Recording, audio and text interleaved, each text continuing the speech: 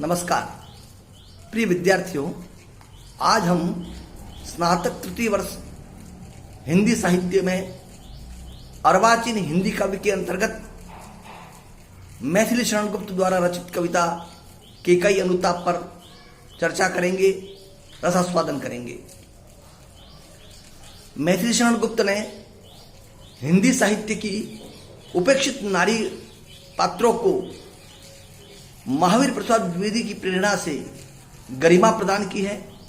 उन्होंने उन नारी पात्रों पर अपनी कलम चलाई जिनके साथ पूरा न्याय नहीं हुआ।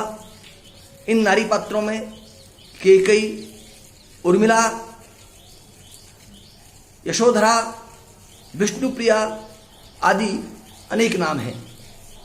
आइए आज हमारे पाठ्यक्रम में केकई अनुताप कविता पर चर्चा करते हैं। भरत श्री राम को मनाने के लिए चित्रकूट आए हैं। चित्रकूट आने के बाद राम को अपने पिता के निधन का समाचार मिलता है। वे श्राद्धादि संपन्न करके वापस जब कुटिया में लौटते हैं तो भरत जिस प्रयोजन से आए हैं उस पर चर्चा के लिए कुटिया के सामने सभा जुड़ती है और गुप्त जी वर्णन करते हुए लिखते हैं, तदनंतर बैठी सभा उटज के आगे, नीले वितान के तले दीप बहु जागे, टकटकी लगाए नयन सुरों के थेवे, परिणामोत्सुक उन भयातुरों के थेवे। अर्थात उसके बाद कुटिया के सामने सभा जुड़ती है। उस समय आकाश में तारे चमक रहे हैं, ऐसा लग रहा है मानो नीले मंडप के नीचे बहुत सारे दीपक जल गए हो, अथवा वे देवताओं के नेत्र हो जो भावी परिणाम की चिंता में उत्सुक है। वे भय से आतुर भी है। उन्हें चिंता ये पता नहीं अब क्या होगा। उत्फुल्ल करौंदी कुंज वायु रह रहकर करती थी सबको पुलक पूर्ण मह कर। वह चंद्रलोक था कहा चांदनी जैसी वैसी, प्रभु बोले गिरा गंभीर नीर निधि जैसी। वन में करौंदी के लता वितानों में से सुगंधित वायु महक कर आ रही है। आकाश में चांदनी छाई हुई है, लेकिन कवि का मानना है कि आकाश में भी वह चांदनी उतनी अद्भुत नहीं है जितनी भव्य वाणी, समुद्र के समान गहरी वाणी भगवान श्री राम बोले। राम कहते हैं, हे भरत भद्र अब कहो अभिप्सित अपना, सब सजग हो गए भंग हुआ जो सपना। हे भरत, अब तुम अपने प्रयोजन को बताओ, तुम यहां किस प्रयोजन से आए हो, तुम्हारी क्या इच्छा है। भरत जवाब देता है, हे आर्य रहा क्या भरत अभिप्सित अब भी, मिल गया अकंटक राज्य उसे जब तब भी, पाया तुमने तुले अरण्य बसेरा, रह गया अभिप्सित शेष तब भी क्या मेरा। भरत व्यथा और वेदना से भरकर कहता है, हे प्रभु, हे राम, हे श्री राम, अब आप बताइए भरत की क्या इच्छा अधूरी है। आपको राज्य से निर्वासित करके भरत को राज्य मिल गया। आपने वृक्षों के नीचे वन में निवास प्राप्त किया, इससे अधिक मेरी और क्या इच्छा हो सकती है। भरत अपने आप को कोसते हुए इन शब्दों का प्रयोग कर रहा है। वो कह रहा है, तनु तड़प तड़प कर तप्त त्यात ने त्यागा, क्या रहा अभिप्सित और तथापि अभागा। पिताजी ने मेरे कारण तड़प तड़प कर अपने प्राणों की आहुति दे दी। अब बताइए मेरी क्या इच्छा अधूरी रह गई। हाँ, इसी अयश के हेतु जन्म था मेरा, निजन्नी ही के हाथ अनंत था मेरा।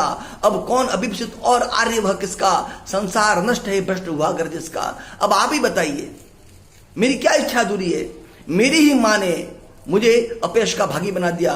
इस अयश के निमित्त ही मेरा जन्म हुआ था और मेरी मौत तो मेरी माँ की करतूतों से हुई, मेरी माँ के हाथों से हुई। अब मेरी क्या इच्छा अधूरी है। ऐसे व्यक्ति की क्या इच्छा जिसका पूरा संसार नष्ट हो गया है, जिसका घर पतित हो गया, भ्रष्ट हो गया है। मुझसे मैंने ही स्वयं आज मुंह फेरा, हे आर्य बता दो तुम ही अभिप्सित मेरा है। हे प्रभु, मैंने तो स्वयं अपने आप से मुंह फेर लिया है, मुझे स्वयं पर आत्मग्लानि होती है, मैं बहुत व्यथित हूं और अब आप मुझे मेरे अभिप्राय के बारे में पूछ रहे हैं। प्रभु ने भाई को पकड़ रहे पर खींचा, रोदन जल से सब विनोद उन्हें फिर सींचा, उसके आशय की था मिलेगी किसको, जनकर जननी ही जान न पाई जिसको। राम कहते, हे भरत, तुम क्या बावली बावली बातें करते हो। राम ने भरत को खींच करके अपने हृदय से लगा दिया और गदगद होकर, भावुक होकर राम की आंखों से आंसू बहने लगे। राम ने उन आंसुओं में भरत का अभिषेक किया, भरत को सिंचित किया और राम ने कहा, हे भरत, तेरे जैसे बड़प्पन युक्त भाई की आशय की, उसके दिल के विचारों की था भला कौन पा सकता है, जिसको जन्म देकर उसकी मां ही नहीं जान पाई, जिसको जन्म देकर उसकी मां ही नहीं पहचान पाई। जैसे ही राम ने यह कहा कि जनकर जननी ही जान न पाई जिसको, जिस भरत को जन्म देकर उसकी मां नहीं पहचान पाई, उस भरत के उदार हृदय की था, उसके उदार हृदय की गहराई भला कौन नाप सकता है। जैसे ही राम ने यह कहा, उस सभा में पीछे बैठी हुई कैकेयी अचानक बोल पड़ी, यह सच है तो अब लौट चलो तुम घर को। चौके सब सुनकर अटल कैकेयी स्वर को, सबने रानी की ओर अचानक देखा, वैधव्य तुषारा यथा विदुलेखा। अचानक कैकेयी पीछे से बोल पड़ी, अगर आपकी यह बात सच है, हे राम, अगर तुम सच कह रहे हो कि मैं भरत को जन्म देकर भी जान नहीं पाई हूं, तो अब तुम घर चलो। और कैकेयी ने जैसे ही ये कहा, सारी सभा चौंक पड़ी। सभा को आश्चर्य हुआ, अरे राम को वनवास देने वाली कैकेयी वो ही अब कह रही है कि हे राम घर चलो। कैकेयी उसमें वैधव्य रूपी ओस कणों से आच्छादित चांदनी के समान नजर आ रही थी। बैठी थी अचल तथापि असंख्य तरंगा, वह सिंगी थी अब आहा गोमुखी गंगा। वो अनगिनत उहापोह के विचारों से, अंतर्द्वंद से ग्रसित होकर बैठी हुई थी। जो एक समय शेरनी की तरह खूंखार थी, अब गोमुखी गंगा की तरह पवित्र हो गई थी। कैकेयी कहती है, हाँ जनकर भी मैंने न भरत को जाना, सब सुन ले तुमने स्वयं अभी यह माना, यह सच है तो फिर लौट चलो घर भैया, अपराधीन हूं मैं तुम्हारी मैया। हे राम, तुमने स्वयं ने स्वीकार किया है कि मैं भरत को जन्म देकर भी नहीं जान पाई हूं। अगर तुम्हारी यह बात सच है तो हे भैया घर चलो। सही अर्थों में तुम्हारी गुनाहगार तो मैं हूं, तुम्हारी अपराधीन तो मैं हूं। आगे कैकेयी कहती है, दुर्बलता का ही चिन्ह विशेष शपथ है, पर अबला जन के लिए कौन सा पथ है। हे बेटा, कसम खाना कमजोरी का प्रतीक है, लेकिन फिर भी अपने आप को निष्पाप साबित करने के लिए, फिर भी अपने आप को सही साबित करने के लिए मैं कसम खा के कह रही हूं, यदि मैं उकसाई गई भरत से हूं तो पति समान ही स्वयं पुत्र भी खो। यहां कैकेयी ने भरत की कसम खा ली कि हे बेटा, दुनिया तो ये समझेगी कि मुझे भरत ने उकसाया था और भरत के कहने पर मैंने तुम्हारे लिए वनवास मांगा था, लेकिन मैं कसम खा के कह रही हूं कि अगर मुझे भरत ने उकसाया हो तो जैसे मैंने अपने पति को खो दिया, उसी प्रकार अपने पुत्र को भी खो दूं। अर्थात कैकेयी ने भरत की कसम खा ली है। आगे कैकेयी कहती है, पाओ ठहरो मत रोको, मुझे कहूं सो सुन लो, पाओ यदि उसमें सार उसे सब चुन लो, करके पहाड़ सा पाप मौन रह जाऊं, राई भरी भी अनुताप न करने पाऊं। जैसे ही कैकेयी ने भरत की कसम खाई, सारी सभा चिल्ला उठी, अरे ये क्या कर रही हो, कसम खा रही हो। महिला उसको रोकने लगी तो कैकेयी ने कहा, मुझे रोको मत, मैं जो कह रही हूं उसे सुनो, और अगर मेरी बातों में सार हो, मेरी बातों में आपको कुछ लगता है कि इस बात में कुछ वजन है, तो तुम इसको स्वीकार करो। करके पहाड़ सा पाप मौन रह जाऊं, मैंने पाप पहाड़ सा किया है और फिर भी मौन रहूं, क्या मुझे राई भर भी पश्चाताप करने का अधिकार नहीं है। कैकेयी ने जब यह कहा तो गुप्त जी कहते हैं, थी सनक्षत्र शशि निशा ओस टपकाती, रोती थी नीरव सभा हृदय थपकाती। उस समय नक्षत्रों से युक्त जो रात्रि थी वो ओस की बूंदों को टपका रही थी। ऐसा लग रहा था कि वह सभा भी रो रही है। उल्कासी रानी दिशा दीप्त करती थी, सब में भय विस्मय और खेद भरती थी। उसमें कैकेयी उल्का पिंड के समान चमकते हुए दीप्यमान नक्षत्र के समान दिशाओं को आलोकित कर रही थी। और कैकेयी ने जैसे ही ये प्रस्ताव रखा, गुप्त जी कह रहे हैं, सब में भय विस्मय और खेद भरती थी। सारी सभा भय से, आश्चर्य से और खेद से अभिभूत हो उठी। भय इसलिए था कि सभा सोच रही थी कि पता नहीं यह भी कैकेयी का कोई और चरित्र तो नहीं है, ऐसा नाटक करके कहीं और कोई और ज्यादा विपत्ति तो लाने वाली नहीं है। विस्मय, लोगों को आश्चर्य हो रहा था, अरे कैकेयी जैसी स्त्री इतनी बदल गई। और खेद, कैकेयी के दुख को देखकर, कैकेयी के पश्चाताप को देखकर, कैकेयी की व्यथा को देखकर सभा खेद से ग्रस्त भी हो रही थी। अब कैकेयी कह रही है क्या कर सकती थी मरी मंथरा दासी, मेरा ही मन रह गया आनंद विश्वासी। मंथरा की क्या गलती, मंथरा क्या कर सकती थी? सही अर्थों में तो मेरा ये मन है ना, ये इसने ही विश्वास नहीं किया, ये अविश्वासी हो गया था। जल पंजरगत अब अरे अधीर अभागे, वे ज्वलित भाव थे स्वयं तुझी में जागे। अपने आप को धिक्कारते हुए केकई कहते कि हे मेरे मन, इस शरीर रूपी पिंजरे में अब जल, क्योंकि वे ईर्ष्या के भाव, वे द्वेष के भाव, राम से अलगाव के भाव तेरे मन में जगे थे, अब तू भोग। उतने में राम कहते, केकई कहती है, पर था केवल क्या ज्वलित भावी मन में, क्या शेष बचा था कुछ न और इस जन्म में, कुछ मूल्य नहीं वात्सल्य मात्र क्या तेरा, पर आज अन्य सा हुआ मत सभी मेरा। राम समझाते कि हे मां, तुम्हारे अंदर केवल ईर्ष्या के भाव ही नहीं थे, ज्वलित भाव ही नहीं थे, तुमने जो वरदान मांगा उसके पीछे तुम्हारा ममत्व भी छिपा हुआ था, तुम्हारा वात्सल्य भी छिपा हुआ था। कि कहती है उस वात्सल्य का क्या औचित्य, आज तो मेरा स्वयं का पुत्र भी मेरे लिए पराया सा हो गया है।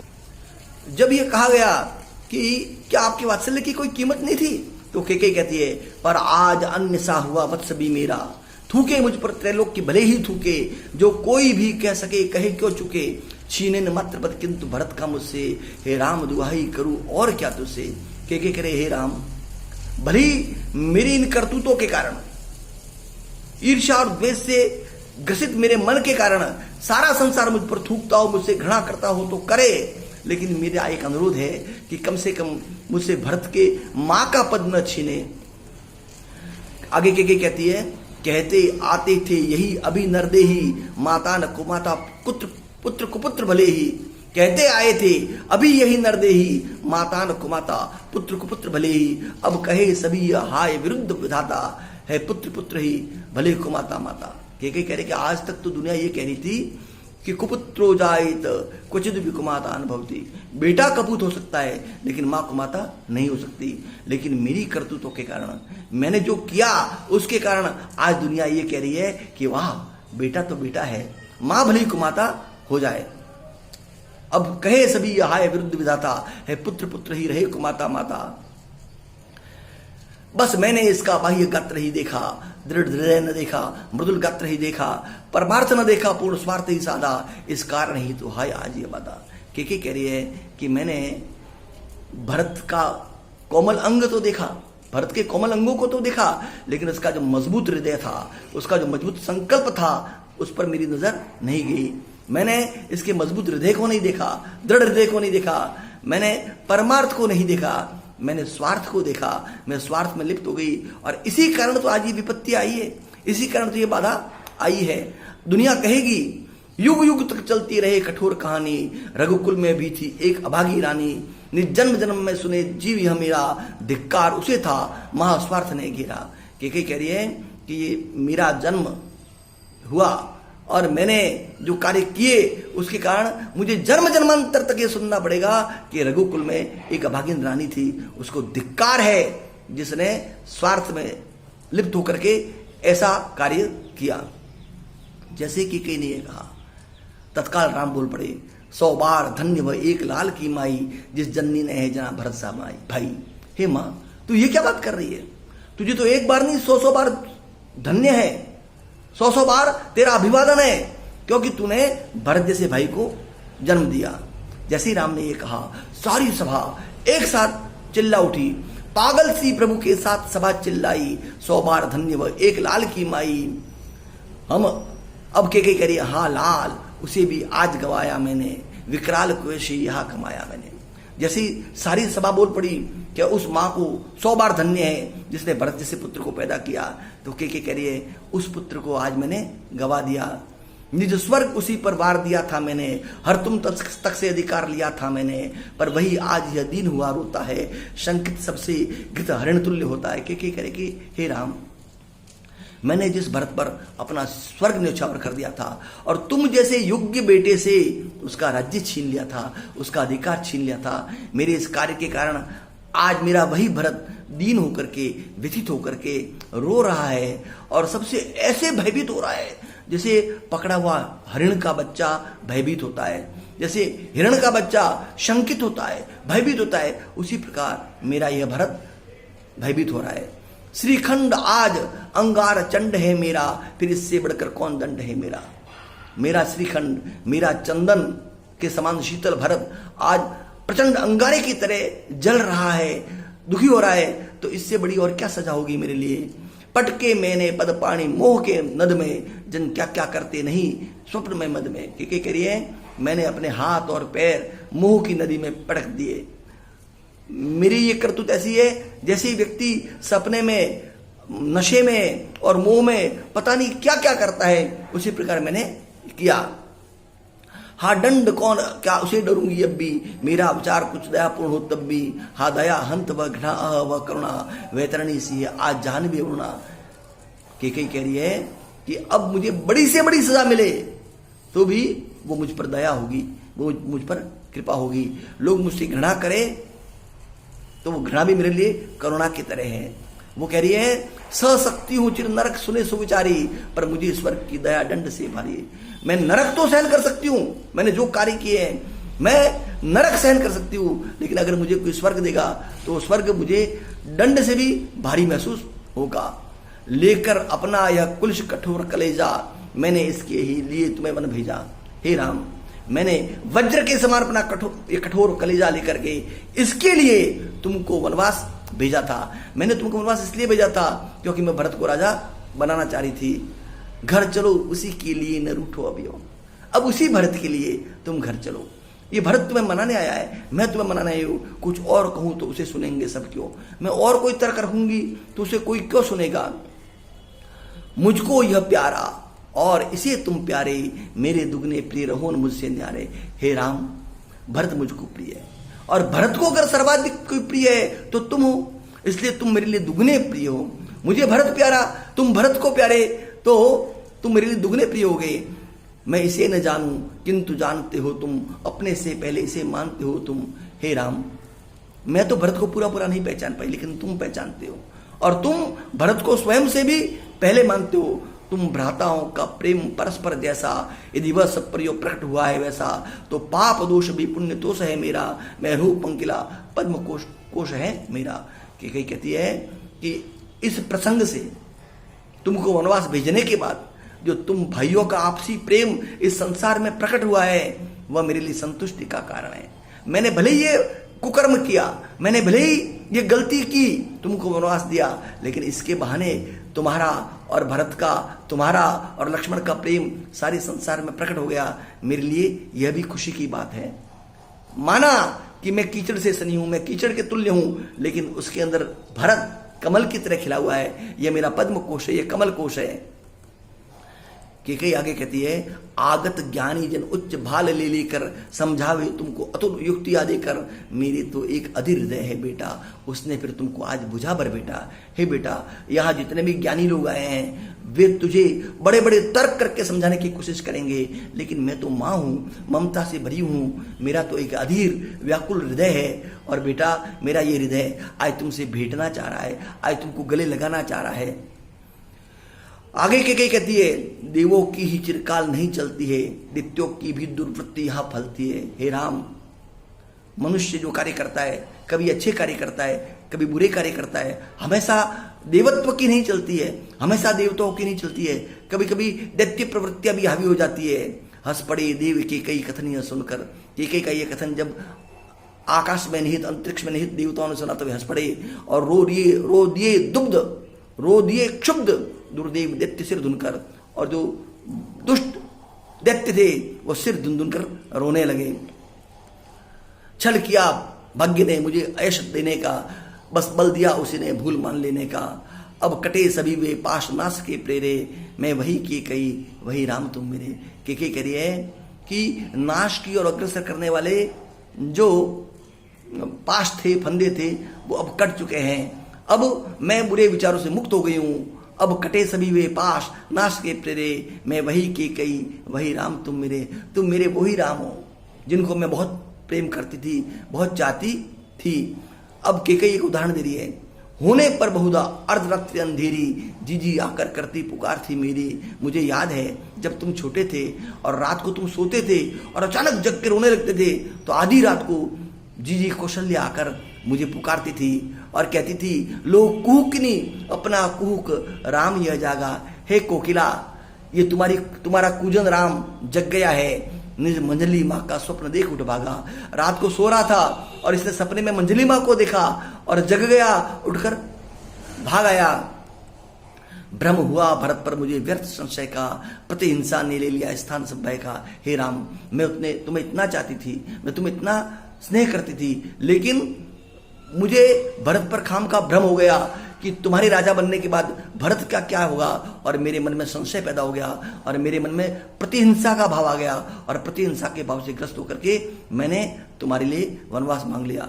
अब वो कह रही है, तुम पर भी ऐसी भ्रांति भरत से पाती तो उसे मनाने भी यहां में आती। अगर यही भ्रम मुझे तुम्हारे प्रति भरत के मन में हुआ होता तो, और भरत वनवास आया होता, तो भरत को मनाने मैं ना आती, जीजी ही आती। हमारी बहनों का बहुत प्रेम था, हमारी माँ, तुम्हारी माँ कौशल्या मुझ में और सुमित्रा में इतनी आत्मीयता थी कि हम जो है एक थे। हमारे मन में कभी अलगाव का भाव ही नहीं था। अगर भरत वनवास में आया होता तो कौशल्या उसे मनाने आती, मैं नहीं आती, कौशल्या जीजी ही आती। जो अंतर्यामी वही उसे जानेगा, जीजी ही आती, किंतु कौन मानेगा। जीजी आती, लेकिन इस बात को कौन स्वीकार करेगा। लेकिन केकई करे, लेकिन जो अंतर्यामी है, जो परमात्मा है, वो सब जानता है। तब उतने में राम बोल पड़ते हैं, हे अम्ब तुम्हारा राम जानता है सब, इस कारण वह कुछ खेद मानता है कब। हे माँ, तुम्हारी इस बात को तुम्हारा बेटा राम जानता है। क्या स्वाभिमान रखती न केकई रानी, बतला दे कोई मुझे उच्च कुल मानी। हे माँ, तुम्हारा भी तो स्वाभिमान है। कोई उच्च कुल में उत्पन्न व्यक्ति मुझे बता दे, सहती कोई अपमान तुम्हारी अम्बा, पर आज हाय वो हुई निपट ना लंबा। के करिए, हे बेटा, मैं तेरी माँ हूं, लेकिन क्या मैं इस अपमान को सह पाती। आज मैं एकदम अवलंब रहित हो गई हूं, मैं सहज मानी नहीं रही वही क्षत्राणी।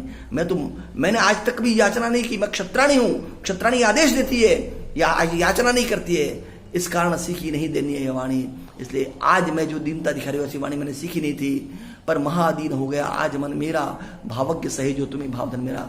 लेकिन हे राम, आज मेरा ये मन बहुत व्याकुल है, बहुत दीन है, तुम मेरे इस धन को समेटो। समुचित ही मुझको विश्व घृणा ने घेरा, समझाता कौन शांति मुझे भ्रम मेरा। आज सारे संसार की घृणा ने मुझको घेर लिया है, सब मुझसे घृणा कर रहे हैं, इसलिए इसको तुम मुझे संभालो।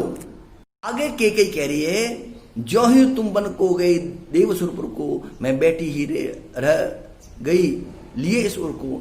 हे राम, जैसे ही मेरे स्वामी तुम्हारे पिता दशरथ देवलोक को चले गए और मैं इस व्यतीत हृदय को लेकर बैठी रही, बुझ गई पिता की चिता भरत बुझधारी, पितृभूमि आज भी तप्त तथापि तुम्हारी। हे भरत की भुजा को धारण करने वाले राम, पिता की चिता बुझ चुकी है, लेकिन आज भी तुम्हारे पिता की भूमि अयोध्या तप्त है, संतप्त है, दुखी है। भय और शोक सब दूर उड़ाओ उसका, चलकर सुचरित फिर हृदय जुड़ाओ उसका। वापस तुम चलो और अपनी पितृभूमि के भय को दूर करो।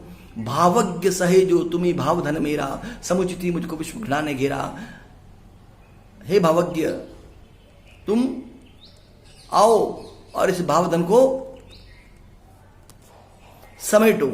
आगे के कह रही है, चल कर सुचरित फिर हृदय जुड़ाओ उसका, हो तुम्ही भरत के राज्य स्वराज संभालो।